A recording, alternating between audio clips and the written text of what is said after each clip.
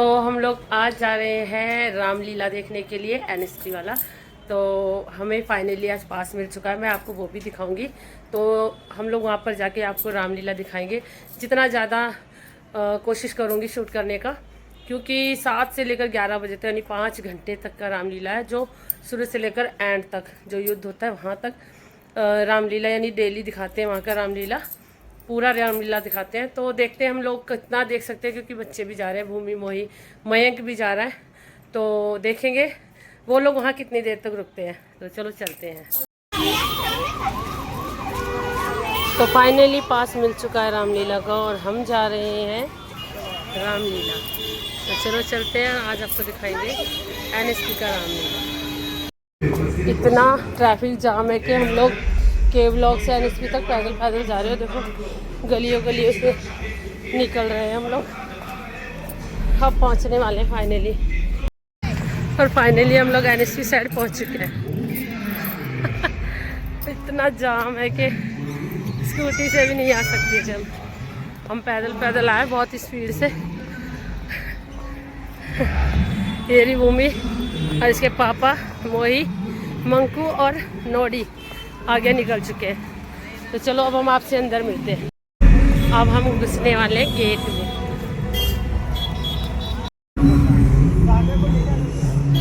बाकी श्री राम ने इतना भी बुरा नहीं किया, पर अहिल्या का क्या? उसने तो कुछ गलत नहीं किया था, उसके साथ तो खुद छल हुआ था। फिर उसे श्राप क्यों मिला? और उस श्राप को भी पैर लगाकर ही क्यों तोड़ा? अब ये कंफ्यूजन भी बाद के वर्जन्स की वजह से हुई। मैं तुम्हें बताता हूं कि इतिहास की दृष्टि से वाल्मीकि जी ने क्या कहा है। कुछ लोगों को थोड़ा अजीब लग सकता है, परंतु सत्य तो यही है। वास्तव में अहिल्या और इंद्र में परस्पर प्रेम प्रसंग हुआ था। अत्यंत तेजस्वी हो गए। जब श्री राम वहां आए तो अहिल्या का तेज देखकर उन्होंने अहिल्या के चरण स्पर्श किए, ना कि उनको पैर लगाया। इस प्रकार उन्होंने अहिल्या का उद्धार किया। पर मात्र चरण स्पर्श करने से अहिल्या का उद्धार कैसे हुआ दादू? तुम इसे इस प्रकार समझो, यदि किसी से कोई गलती मांगकर लाया हूं। इन्होंने ही ताड़का, सुबाहु एवं अन्य राक्षसों का अंत करके वन को पुनः रहने योग्य बनाया है। इन दोनों राजकुमारों को दिखाना चाहता हूँ। ये तो मेरा सौभाग्य होगा गुरुवर, परंतु उसे प्रस्तुत करने से पूर्व मैं उस महान धनुष के विषय में आपको कुछ बताता हूं। भगवान विश्वकर्मा ने एक बार 2 अत्यंत शक्तिशाली धनुषों का निर्माण किया। एक धनुष उन्होंने भगवान विष्णु को दे दिया और आगे चल के भगवान शिव ने वो पिनाकी नाम का धनुष मेरे पूर्वजों के पास रख दिया। तब से वो पिनाकी धनुष मिथिला में धरोहर के रूप में विद्यमान है। एक बार जब मैं यज्ञ की भूमि तैयार करने के लिए हल चल रहा था, तब मुझे वहां एक कन्या मिली, जिसको मैंने देवताओं का आशीर्वाद समझकर अपनी पुत्री के रूप में स्वीकार किया और उसका नाम सीता रखा। आगे चल के मैंने ये प्रण लिया कि मैं अपनी तेजस्वी पुत्री सीता का विवाह एक ऐसे महापराक्रमी पुरुष से करूंगा जो उस शिव धनुष पर प्रत्यंचा चढ़ाकर बाण संधान कर सकेगा।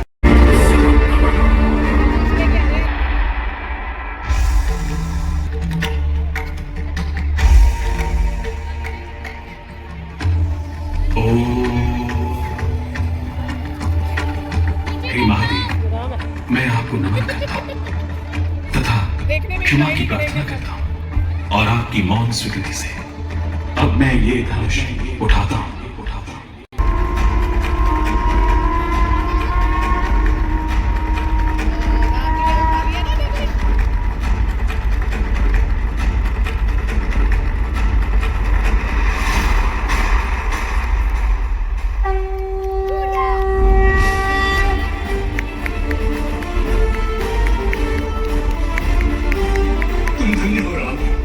तुम धन्य हो हे गुरुवर। तथास्तु। कि भव्य स्वयंवर होता है जहाँ इतने फनी फनी राजा आते हैं। कोई मोटा राजा, कोई पतला राजा, कोई डरपोक राजा, तो कोई जोकर राजा। सब धनुष उठाने का प्रयास करते हैं, फिर पोइंग करके गिर जाते हैं। तुम बिल्कुल ठीक कह रहे हो कुश। स्वयंवर का सीन वास्तव में बहुत मजेदार होता है, परंतु वाल्मीकि रामायण में एक भव्य स्वयंवर का विवरण नहीं है। हाँ, अनेक राजा अलग अलग समय पर धनुष उठाने अवश्य आए थे और संभवतः इस सीन को रोचक बनाने के लिए बाद के वर्जन्स में स्वयंवर की कथा आ गई। क्या वो धनुष सच में इतना भारी था दादू कि उसे इतने सारे सैनिकों को खींच कर लाना पड़ता था? तुम्हारा प्रश्न सुनने में तो बहुत सरल लग रहा है। इस प्रश्न को समझने से पहले हमें रामायण की लेखन शैली को समझना पड़ेगा। खींचने में लगने वाले फोर्स से आंका जाता है। तुम ऐसा समझो कि एक शक्तिशाली धनुष बनाने के लिए बहुत सख्त सीधी लकड़ी को बेंड करके प्रत्यंचा चढ़ानी पड़ती है, जो बहुत शक्तिशाली व्यक्ति ही कर सकता है। उस पर बाण चढ़ाकर खींचने में भी बहुत दम लगता है। आज भी ऐसे कुछ 200 पाउंड फोर्स वाले हैवी बो हैं जिनको संसार के गिने चुने लोग ही चला पाते हैं। इससे भी कई गुना अधिक फोर्स वाला हैवी बो जनक के पास था, जिसको संसार में केवल श्री राम ही चला सकते थे। परशुराम तो आए थे, पर मिथिला में नहीं, विवाह समारोह के बाद वन में आए थे और उनकी बातचीत दशरथ और राम से हुई थी, लक्ष्मण से नहीं।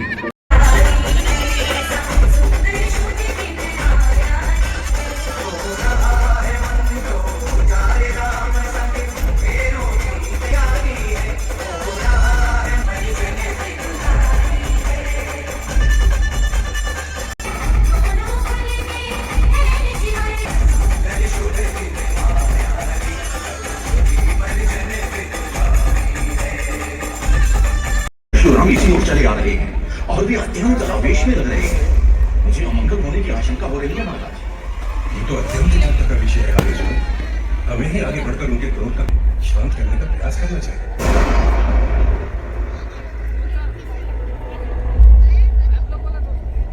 प्रणाम ब्राह्मण देव। मैं आपका दास कृष्ण। मैं यहाँ तुमसे नहीं, अभी तो तुम्हारे पुत्र राम से मिलने आया हूँ। राम द्वारा बिना की धनुष तोड़े जाने का समाचार मेरे कानों तक पहुंच चुका है। मैं यहाँ उसी की पुष्टि करने आया हूँ। हे ब्राह्मण देव, राम तो अभी बालक है, आप कृपया उसे क्षमा कर दें। अभी अभी राम का विवाह संपन्न हुआ है। इस शुभ घड़ी में आप उसे आशीर्वाद दें। आशीर्वाद? आशीर्वाद तो मैं तब दूंगा यदि वो उसके योग्य होगा। राम की योग्यता सिद्ध करने हेतु ही मैं स्वयं यहाँ आया हूँ। तुम बीच में ना आओ दशरथ, नहीं तो मेरा क्रोध मेरे वश में ना रहेगा। मेरे चेहरे की बहुत परेशानी ली दशरथ, तुम ऐसे नहीं मानोगे। अब तुम्हें मेरे फंसे से कोई नहीं बचा सकता। ये वही फंसा है जिससे मैंने अपने पिता के वध का प्रतिशोध लेने के लिए सहस्त्रबाहु की भुजाएं काट दी थी। ब्राह्मण है, इसलिए हमारी पूजनीय है। आप मुझे आदेश करें कि मैं आपका क्या प्रिय कर सकता हूँ। आप आदेश करें तो मैं आपके चरणों में अपना शीश काटकर अर्पण करता हूँ। अभी उसकी आवश्यकता नहीं है राम। मैं यहाँ तुम्हारी शक्ति और पराक्रम स्वयं देखने आया हूँ। शिव धनुष पर प्रत्यंचा चढ़ा पाना किसी सामान्य मनुष्य के लिए असंभव है। यदि ये कार्य सच में तुमने किया है तो लो, मेरे इस विष्णु धनुष पर बाण संधान करके दिखाओ और मेरा संशय दूर करो।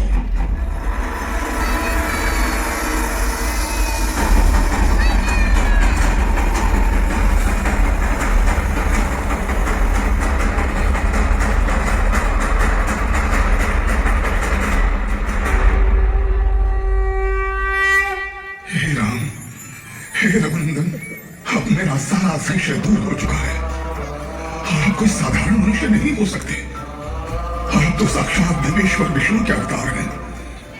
अब मेरा सारा अहंकार नष्ट हो चुका है। मैं इसी क्षण इस पृथ्वी को त्याग कर महेंद्र पर्वत को चला जाऊंगा। हे दशरथ, राम जैसा पुत्र पाकर तुम धन्य हो।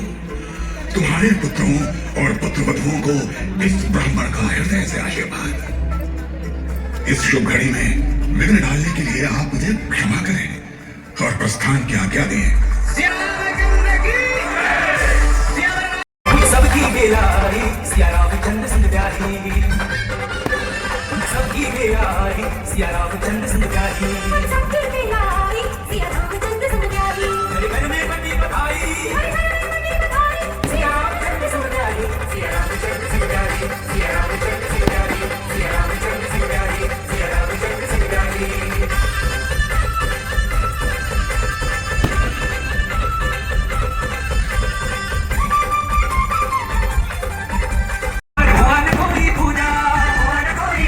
तो सभी स्वजन ही विराजमान है। हे गुरुदेव, इस चौथेपन में आयु के प्रभाव ने मुझे ये सोचने पर विवश कर दिया है कि मैं राज्य कार्य का भार अब इन वृद्ध कंधों से उतार कर ज्येष्ठ पुत्र राम के सबल कंधों पर डाल दूं। यदि आप मेरा प्रस्ताव उचित। हे राजन, चैत्र मास के पुष्य नक्षत्र में यदि राज्याभिषेक होता है तो वो सर्वोत्तम रहेगा। किंचित कठिन है। दोनों राजकुमार भरत और शत्रुघ्न ननिहाल गए हुए हैं। इसके अतिरिक्त हमारे संबंधी कैकेयी नरेश, राजा जनक और कुछ शुभ मुहूर्त तो कल ही है। उसके उपरांत तो कृष्ण पक्ष लग जाएगा। फिर तो यही उचित रहेगा मुनिवर कि राज्याभिषेक कल ही कर दिया जाए, और जो स्वजन उसमें सम्मिलित ना हो पाए वो तदुपरांत उत्सव में तो सम्मिलित होंगे ही। मंत्रीवर, आप यथाशीघ्र उद्घोषक को बुलवाएं और राज्य में सर्वत्र घोषणा करवा दें। जैसी आज्ञा महाराज। राजकुमार राम का राज तिलक किया जाएगा।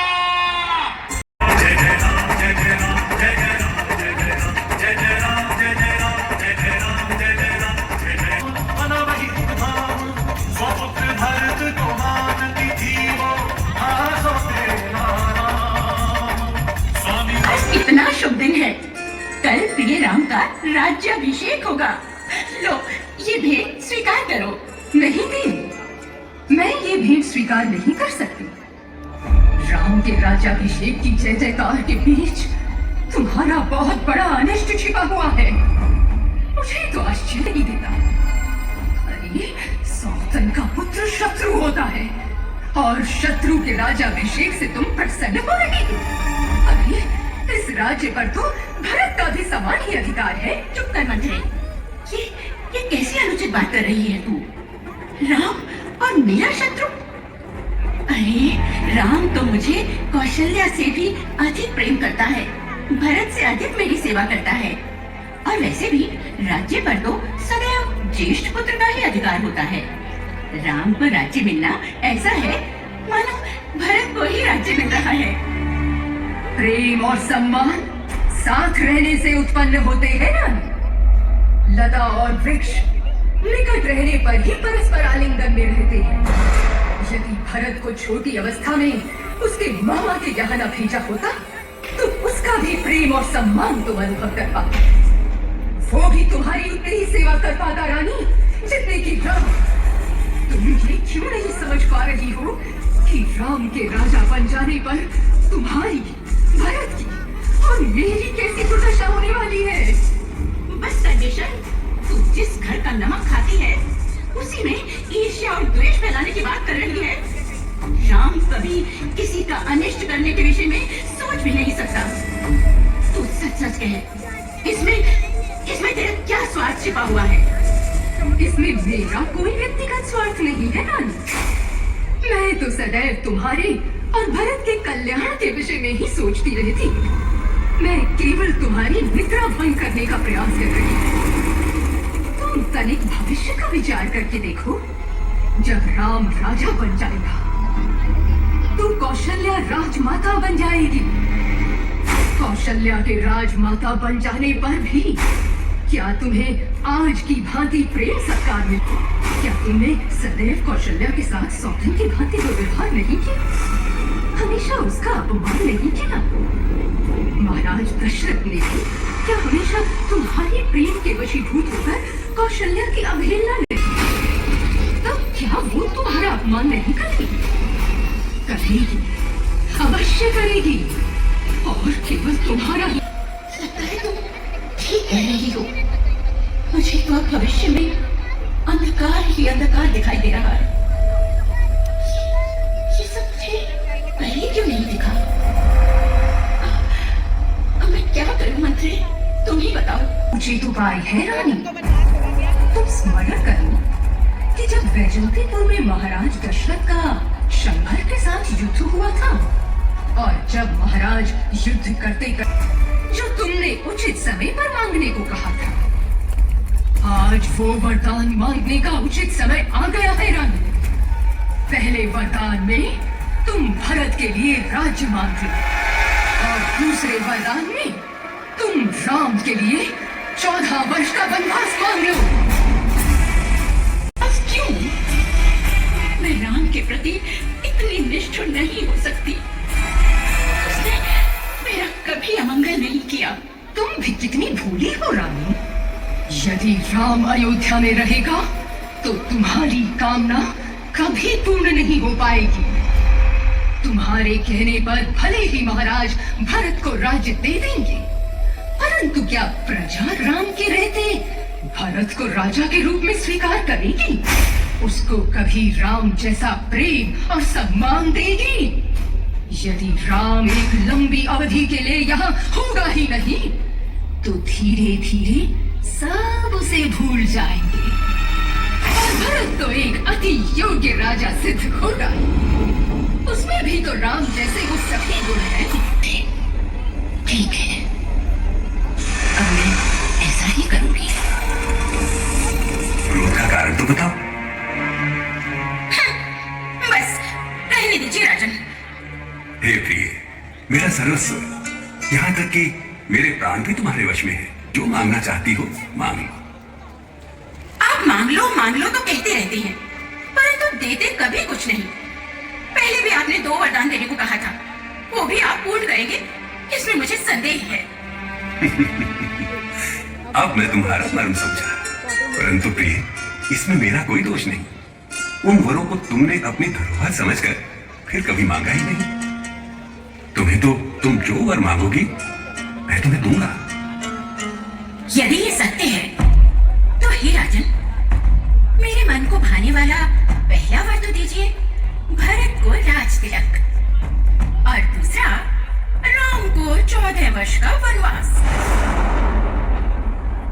ये नियति, ये तुमने क्या किया?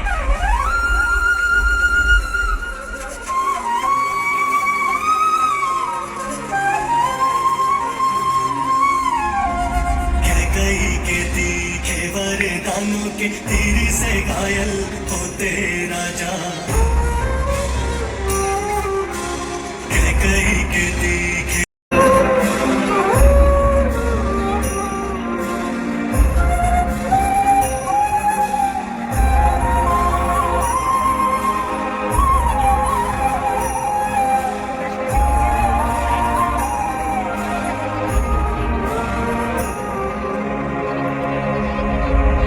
आपसे प्रार्थना है कि अपनी नाव द्वारा हमें नदी पार वन तक पहुंचा दो। हे नाथ, मैं आपका भेद जानता हूं। सब लोग आपकी चरण रज को छूकर पत्थर की शिला भी नारी बन गई थी। मुझे संशय है नाथ कि मेरी काठ की नाव का पता नहीं क्या होगा। अतः आपसे प्रार्थना है कि पहले मैं आपके चरण धो लूं।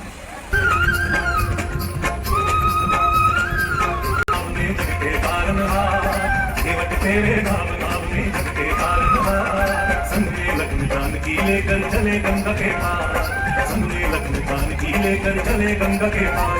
सागर से हम गंगा पार करिया है, हम गंगा पार करिया। देखो ना मैं कितना भागा हूँ। मेरे 4 पुत्र हैं, परंतु मुझे मुखाग्नि देने हेतु उनमें से कोई भी मेरे पास नहीं।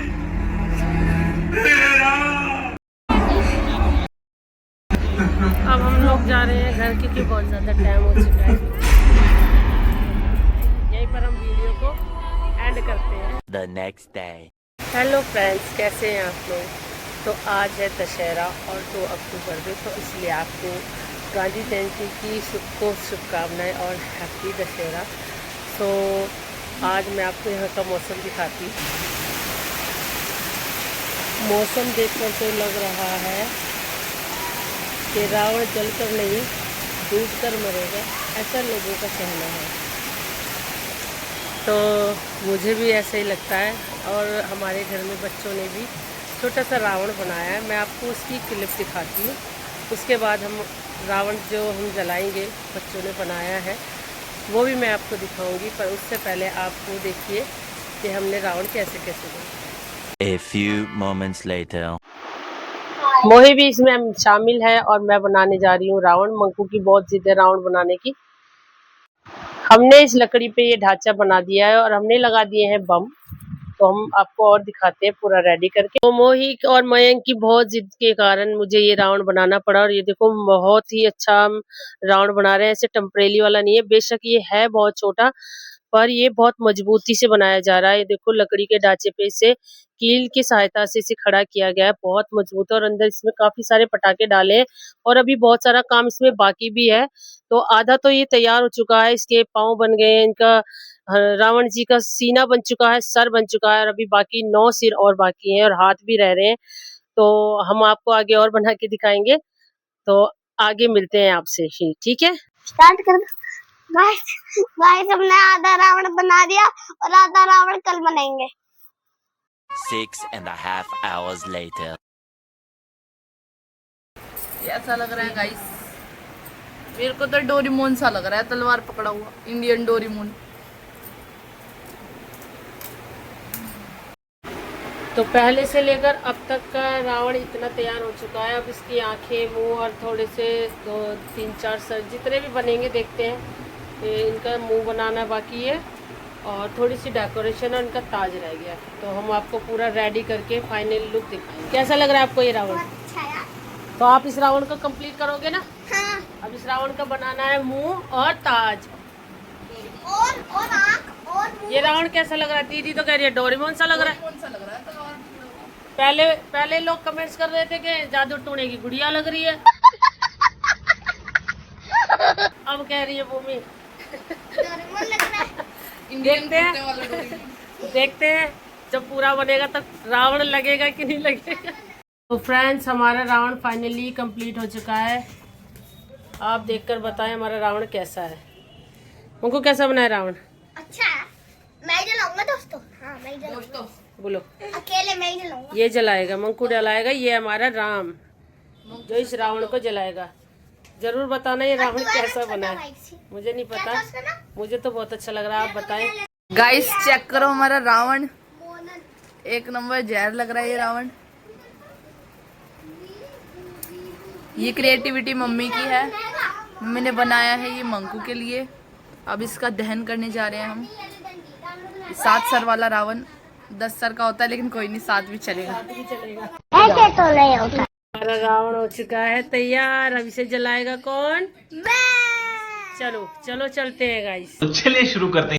जीरा रावण हम आ गए हैं पार्क में जलाने। ये मंकू जलाएगा। ये जला मुझे ओहो, इससे तो जलने। ये तो किसी काम का नहीं रहा, इसलिए हम कागज से जला रहे हैं। जला मना जला।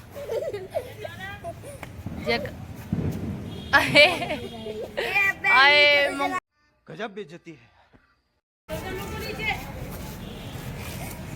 जला जला नीचे से शुरुआत करे। में आग लगा रहा है।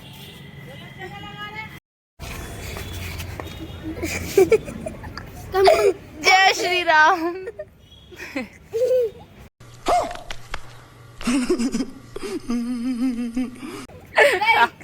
आग लगी। नहीं लगी, मैं फाड़ दूंगा।